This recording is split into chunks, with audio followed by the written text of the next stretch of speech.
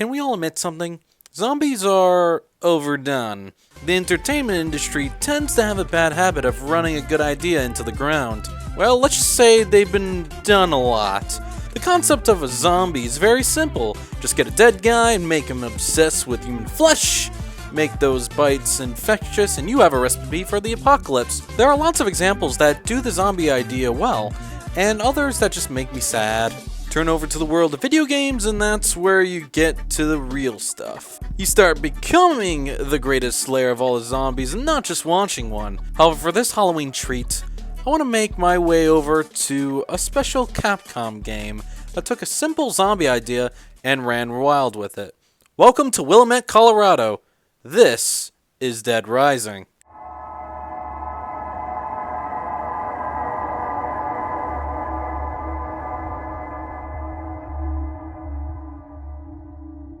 We are introduced to what we should expect just by the title screen alone. One giant mall, 700 zombies. We start our journey on 72-hour mode.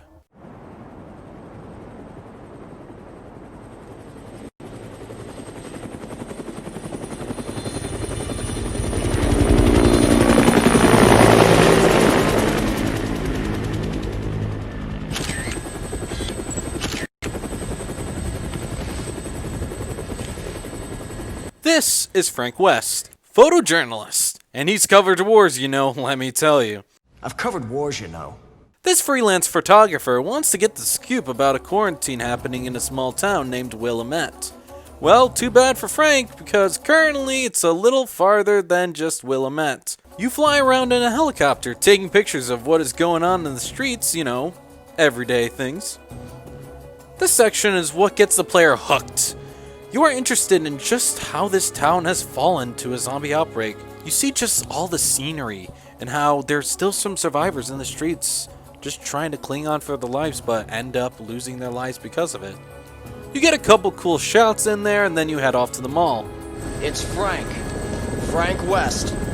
Remember that name because the whole world's gonna know it in 3 days. After your little trip in a helicopter, you jump out onto the mall in fashion. That's where you run into Carlito, a Spanish man who gives you a few hints on exactly what's going on. This, my friend, is hell. Well, isn't that promising? Heading through a couple more things leads us to the entrance where a barricade is being made. Zombies are at the entrance, but, you know, can't get in because all the stuff. We are then tasked with not making oogly boogly googly eyes at other Spanish women, I think. Because this man is very angry that we're not helping out, so we're gonna go do that. We are tasked with helping the barricade. However, we see an old man next to our garbage who is quite angry at us. But don't worry, because we have the strongest grandma known to man. Do you want to know why she gets this sudden increase in power? Or it's because her dog is there. Yeah, good going, Grandma. You really contributed to a lot. Firstly, way to go! Everyone is dying now. And second, how did two people, one being a security guard, get thrown off by this hag? Can we talk about that? Anyways, besides logic, yeah, everyone's dying. By the way, no matter how good you think you are at the game, they will all die. There's just no way of getting them.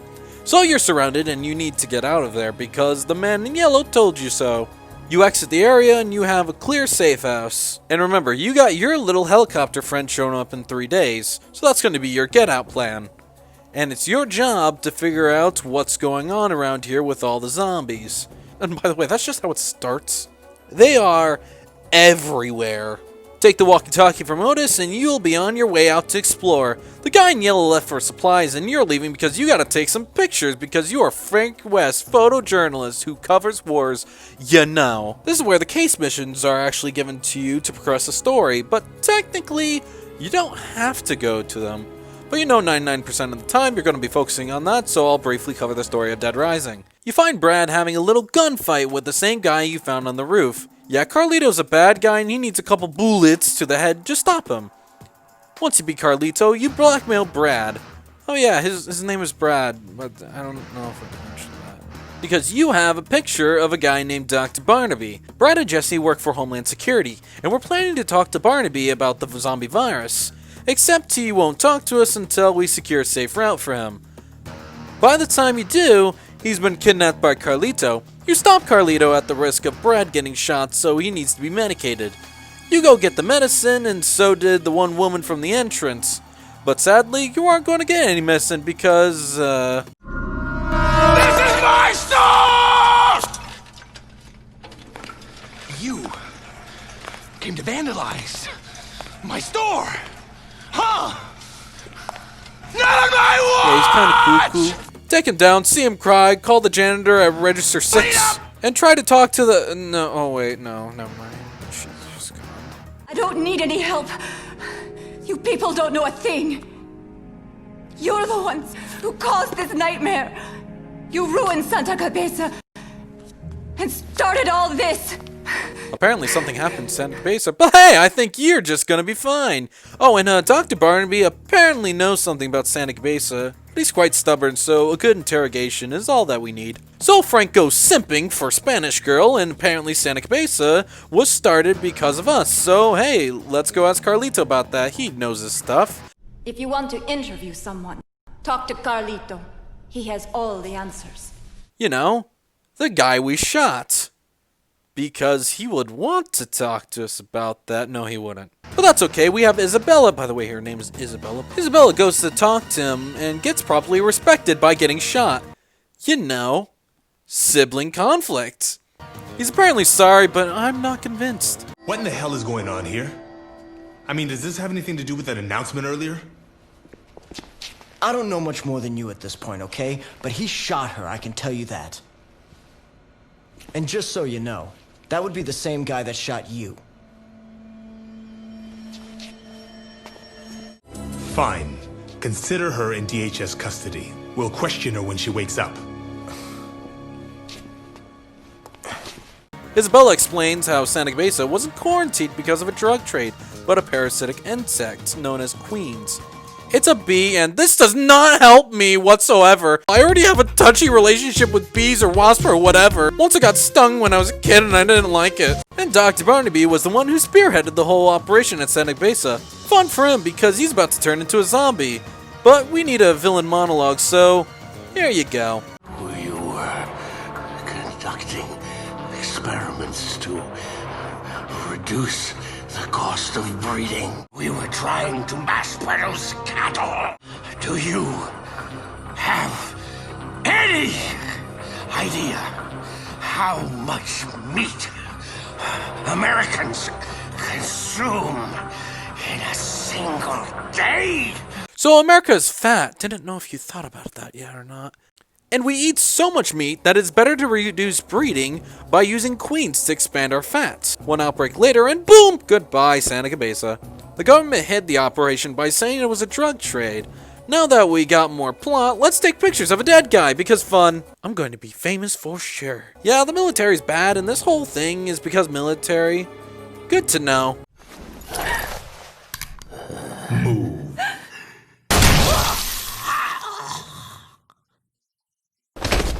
Now that Carlito is cornered, he's gonna nuke them all, sending parasites into the stratosphere and started a nationwide epidemic. Wait, hold on. Don't worry, we get the bombs out by a shopping cart as Brad goes after Carlito, but Spanish guy is too strong and lets Brad become zombie chow.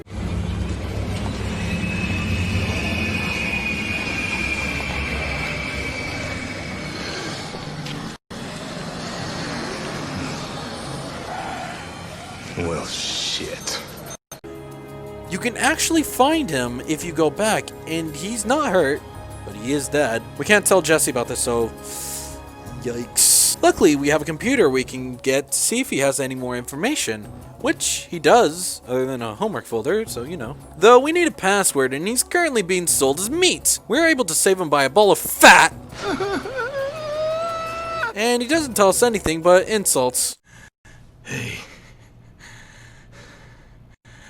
Aren't zombies great? I mean, all they do is eat, and eat, and eat, growing in number. Just like you good red, white, and blue Americans. But you know, he hands us his keychain, Isabella has a flashback, and then we get the password. We're able to get the comms back online, and Jesse gives the headquarters a call. But the government are actually terrible people if you haven't noticed and want nothing to do with us. So they are coming to kill everyone with special forces. They'll take everyone out. Zombies, people, everyone. You know, America. When special forces arrive, they clean up the mall, try to silence Jesse, but Jesse silences them. And take that, military. At this point, you just need to survive the night and leave the mall. Special forces are everywhere, and zombies are mostly gone, but they aren't too bad, so you should be alright. Your buddy comes around to picking you up, and whoops! Now you're stuck here to die and get a lovely kiss on the neck. Must have gotten yourself infected somehow.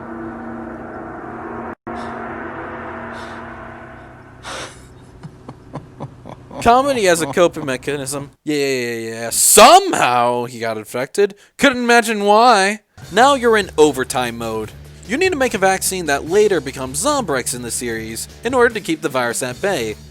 You do that, but now Frank is a ticking time bomb. Wait, did I say time bomb? Oh yeah, by the way, children everywhere are also time bombs. Just like Frank, I guess. We're able to find an exit and take our girl out with us. Good thing we have the power of Green Lantern because it takes us right outside. We get in a gunner because a tank is now after us and we have tons of fun with that. But we get knocked over, Drill Sergeant says his evil monologue about government things, and we punch him in the face. One fist fight later and the day is won. But not really. Because we are stranded.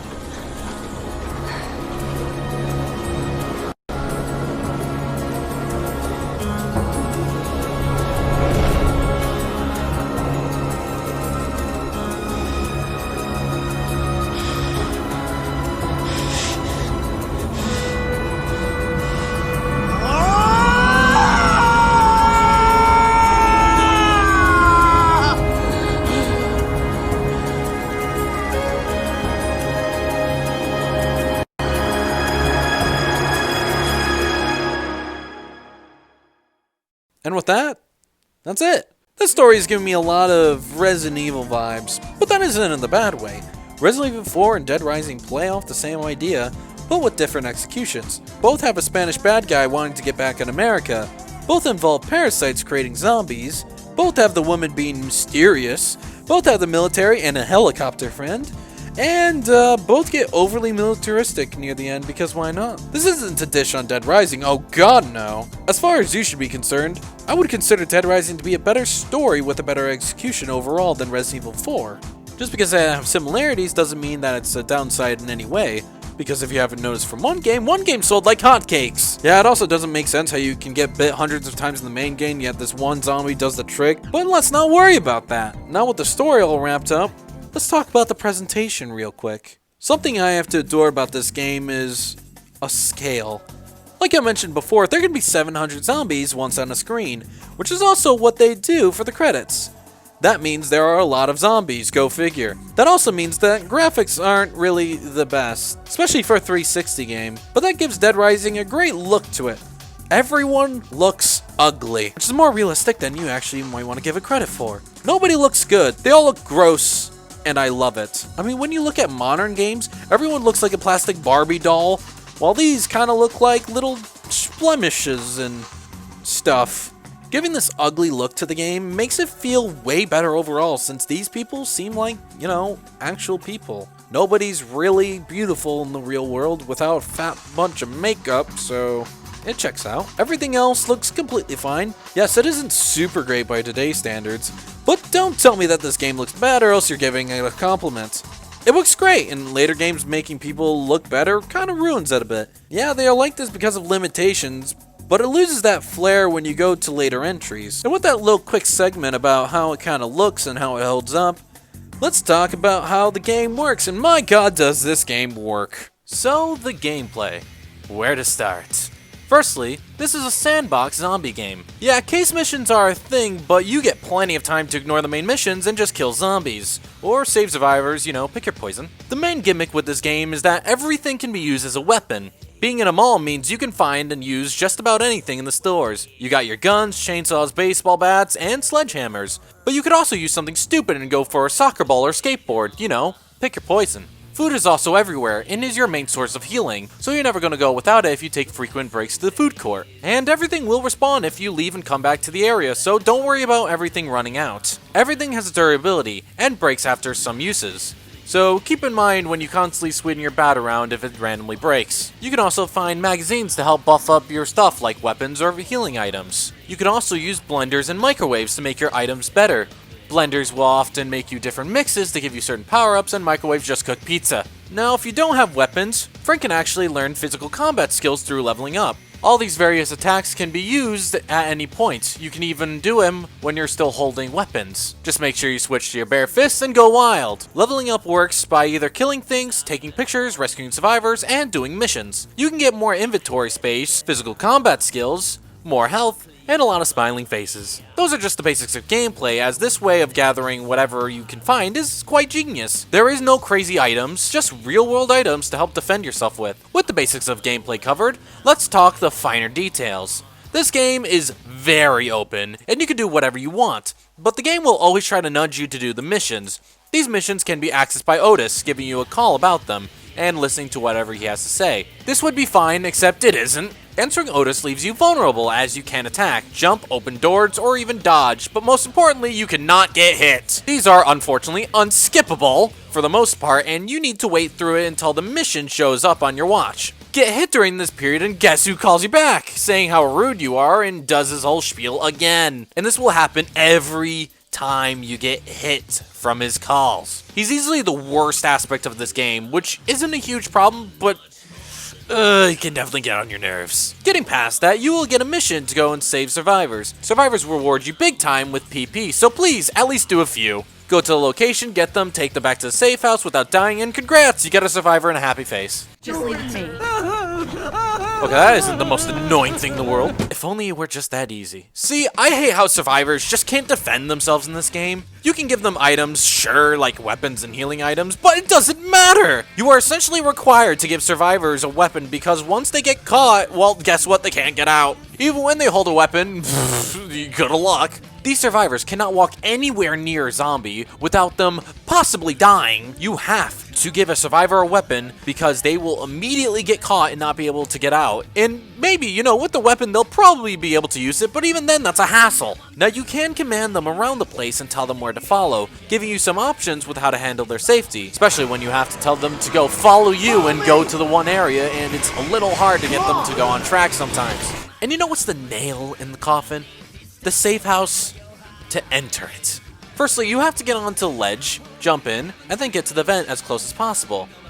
The problem is they hardly, if ever, want to jump sometimes. So you will have moments while you are trying to get them inside, but then they start being idiots and don't want to go with you. I'm sorry, but I didn't just get eaten alive and defend you with my life just for you to sit there! You have to be a literal babysitter in order for these survivors to get to the other side alive. Some of these survivors are kept hostage by a couple crazy people.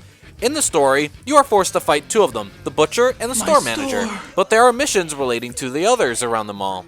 These are easily my favorite parts of the game. The psychopaths are just so entertaining and fun to fight against as opposed to regular zombies, who just usually die in one hit. Psychopaths are damage sponges and take more than a couple swings to take them down. And also, guess what? It forces you to use your brain. You are given an area to work around to defeat this boss, and once you do, you are given PP and a survivor or so to save. Sometimes you can even get a weapon. These fights are cool and easily the most memorable part about this game. They got kick-ass music, a great crazy persona, and spice up the gameplay so it feels like the best feature to ever come out of this game. Adam, Cliff, and Steven are perfect bosses that offer a good challenge and have excellent rewards. Top that with how crazy they are and you get the best kinds of psychopaths. But being the first game, there are a lot of really bad ones. I'm sorry, but Cletus, Joe, Kent, Larry, you all suck hard. Then you got the conflicts in the Hall family that just kind of spawn in whenever they feel like it. They spawn in by entering a certain part of the map. The Hall family spawns in if you come to the main plaza on the second day, and the convicts come up in the main park area if you come in around the nighttime of the first night. These psychopaths are 3 pair psychopaths, with 1 being a jeep and 3 others having sniper rifles. The prior, the convicts, spawn in every single day, and no thank you! I don't understand how they respawn every day. Don't ask me these questions, I'm not gonna give you the answer to them, because I don't know. I'd rather be doing a lot of other things than fighting the Hall family and the convicts, please, okay, bye. I don't wish to fault the first game for having most of the psychopaths be very whatever. At least the rewards are well worth it. Well, I mean, survivors aren't really a reward, but hey, it comes with the territory, I guess. You sometimes can get a weapon, and yeah. Okay, I know letting you use the Psychopath's weapon is a great feature, and I have no issue with how strong they are. The problem is that they have the ability to respawn like every other weapon. You take these weapons that are strong and durable, then allow you to have them as many times as you want. While yes, the minigun can't be stored in your inventory from the convicts, and Cliff's machete is lacking in durability, there is no excuse for the mini chainsaw. So beating at him gives you this weapon, and it makes it so much easier because this is easily the best weapon in the game. Let's see, let's just list on how broken this thing is. It can take about 500 attacks before needing a new one, and that's already quite a lot. Having 3 magazines on you, and you make this weapon have more durability, and that weapon now has 2,000 hits before breaking. Keep in mind, these respawn, so you can always carry as many as you like. Now, this wouldn't be an issue if it didn't have the highest attacking power in the entire game besides 100% completion weapons. This makes the game way too easy. Sure, there are weapons that do similar damage, but those have weak durability and can't be stored in your inventory. Then you have the vice versa, who have great durability but not as much power. Having these weapons gives you such an edge that it's unreal. I'd argue that it hurts this game because it just isn't a challenge anymore. Apart from maybe a case file or survivor, I guess. But whatever. It's in the game and you just gotta live with it. You have the option to use it, so it's all up to you if you use it or not. I briefly said something about overtime mode, so let's start talking about that. Deadrising has more modes than just 72-hour mode. First, you need to get yourself an ending. Obviously, the ending will change depending on what you do, but what we are looking for is ending A. You did all the case files, helicopter guy dies, and you get bit. The game will then put you into overtime mode. This gives you 1 extra day to do the last remaining portions of the story. All you really need in this mode is just to make the cure for your zombie virus, and then you also need to make the power of Green Lantern. Keep in mind that in overtime mode, zombies aren't around to be your biggest enemy.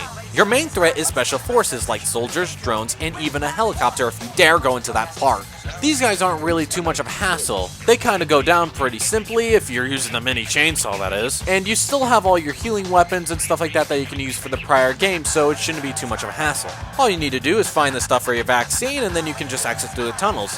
Sounds easier said than done. I hate this segment, I really do. It requires you to hold Isabella, as the smelling thing is the only thing keeping the zombies away. Despite how simple this sounds, it doesn't work all the time, and you just end up just getting bit over and over and over again. And there are also moments where Isabella has to crawl through a certain thing, and you're just kind of left open for the zombies to handle you.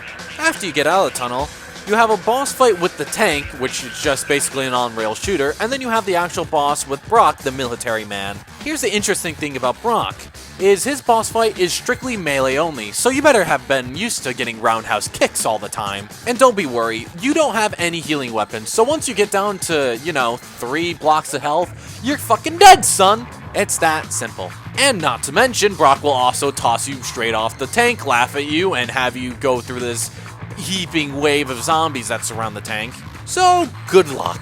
After the boss, that's it for overtime mode. Overtime mode is essentially just the cherry on top of the cake, and it's virtually harmless. Getting a little bit of a proper ending is fine, and whatever. Getting there is kind of a hassle, but hey, it's not too bad, and it's optional content for a reason.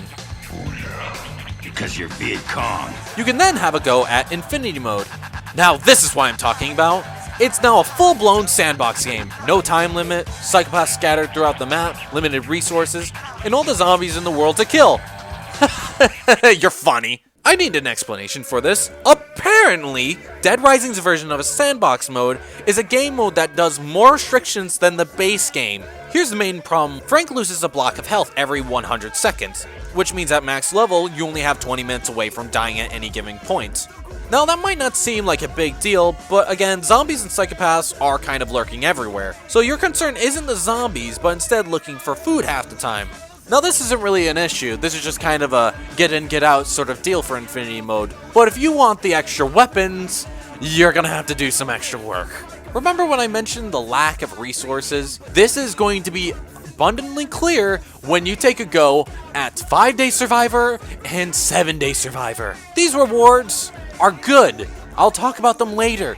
But the way to get to them is so dumb. So here's the thing. You're most likely going to be reaching for the 7-Day Survivor since it gives you both the rewards that come with it with 5-Day and 7-Day Survivor. 7-Day Survivor asks you to survive for 14 consecutive hours. I say consecutive because the only time that you can actually save in Infinity Mode is when you die, which is not what you want to do when you want to survive for 7 days. That means you have to survive a constant 14 hours of gameplay without any way of quitting it or saving at a different point. So instead of actually playing the game, you scurry your way to keep chugging and chugging on some more food, and the real kicker, again, is that food does not respawn like it does in the base game. Which means once you run out of food, you need to hurry up and go to the next area, find a safe spot, park your ass down, and then sit there until you are close to death before you need to reset the timer by eating. Granted, killing psychopaths gives you food, so you can at least keep getting more before you can run out. But essentially, this doesn't change a thing. Kill the psychopath, pick your food up, drop it, and I do mean drop it because apparently it spoils in your hand and not the floor, and then sit there and then eat. Maybe Carly was right. All Americans do is eat and eat and eat just to survive 7 goddamn days. You rinse and repeat this for 14 hours and there you go. There's your achievement. Go fuck yourself. Doing this for 14 hours will test you and not only your patience, but also your love for this game. Do this and you get 2 rewards. Surviving for 10 hours, or 5 days, nets you a lightsaber. This is actually stronger than the mini chainsaws, and has more range, with a buttload of durability, but you can't raise that so it's at the base much of the mini chainsaw. I love this weapon, and using a sort of lightsaber makes this game more interesting, and I love it as a reward because of that. It rewards you for doing something really dumb, but then again, at this point, you're just in for the long haul. Playing with this lightsaber can often two-shot what the mini chainsaw did in 4. Which, yes, makes this game easier, but at this point, you've already 100% completed it, so it's not like it breaks the game like the mini chainsaws. Because at this point, you're going through a repeat playthrough with it. But then I ask you, what do you get for 14 hours? Some underwear. I did waste my time on this mode, didn't I? This is the definition of turning a fun and goofy zombie game into a bore fest just for some goddamn underwear! Why was this a thing?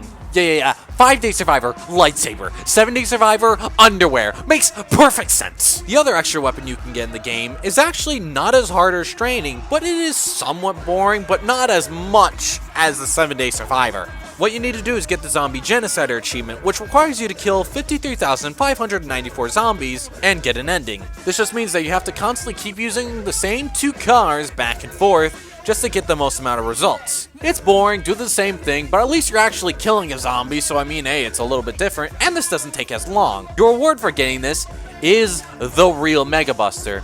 Now, if you're actually a keen player, you'll be able to find the toy store in which they're actually selling Mega Busters, but it only shoots lemons. This actually shoots plasma beams. Think of this as shooting a bunch of charge shots, which gives you 300 ammo, and you can always pick this up next to security, right there with the lightsaber. So you can keep on getting more and more of these until you have an infinite supply of Mega Busters. And this, by far, is the strongest projectile. This will probably 4-shot bosses, and it's crazy because it's a projectile. You don't have to run up and constantly get hit. No, you can keep at your distance. These are great rewards, but getting them, I just hate doing it. Now, don't distract you from the base game. This doesn't take away anyways from the base game. But the lightsaber, Arthur's underwear, and the Mega Buster, they're all optional. There's something for a keen player to go after, not for you to have to get. You want this because you just want a little bit more of a goofier time, and once you get it, it does feel satisfying. It's just the way to get there kinda just sucks. So, Deadrising. I understand it sounds like I'm complaining a lot recently, but it's just in the nature of the territory. I care a lot about this game. I really liked it, and I liked playing the future entries of this game, besides you. I only complained because it's not a perfect game.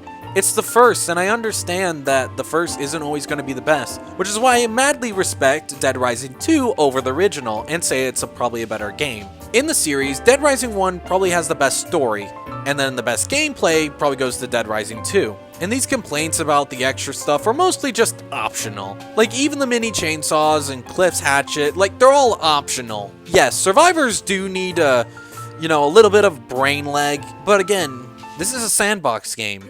You can do whatever you want. Little blemishes like these are just kind of optional things. You don't have to get survivors, you're just doing them to level up. You don't have to do the case missions if you're annoyed of them. Those are just the ways of getting the story. You don't have to do the 100% completion weapons because, again, those are 100% completions, and why do you hate yourself?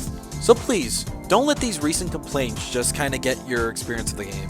This is a really fun game, and I really think you should pick it up. If you want a sandbox game of just nothing but killing zombies, doing some sort of story mode that's kind of interesting but also a little cookie cutter, then this game is for you. Later entries will actually get a lot more goofier, which, fun fact, Deadrising 2 is the next retrospective I want to make. So keep a lookout for that. So my final words with Deadrising 1. It's a good game with blemishes, and honestly, the faults with Deadrising 1 make it a little better in the end. I mean, having a little quirky zombie game isn't always going to be perfect, especially on your first run. It was pushing the 360 to its absolute limits when it first came out. That 700 zombie cap, that's a lot. No matter what kind of faults in gameplay, and no matter how dumb some of the stuff in this game could be, or how broken this game could be with certain weapons, it's still fun. Sandbox games are just that, meant to be fun. You can do whatever you want. It's a goddamn sandbox game. Have fun. Deadrising 1 hit that perfect mark on a sandbox zombie game, and that is why Deadrising did zombie sandbox modes right. Thanks for watching. I hope you enjoyed this new style of content. Honestly, this was a lot of work, and it would mean a lot if you could support it. Oh, and please, show some support for Rabid Retrospective Games, who actually provided the gameplay that you see here. Links below. Come back when I cover Deadrising 2, Fortune City's very own zombie outbreak.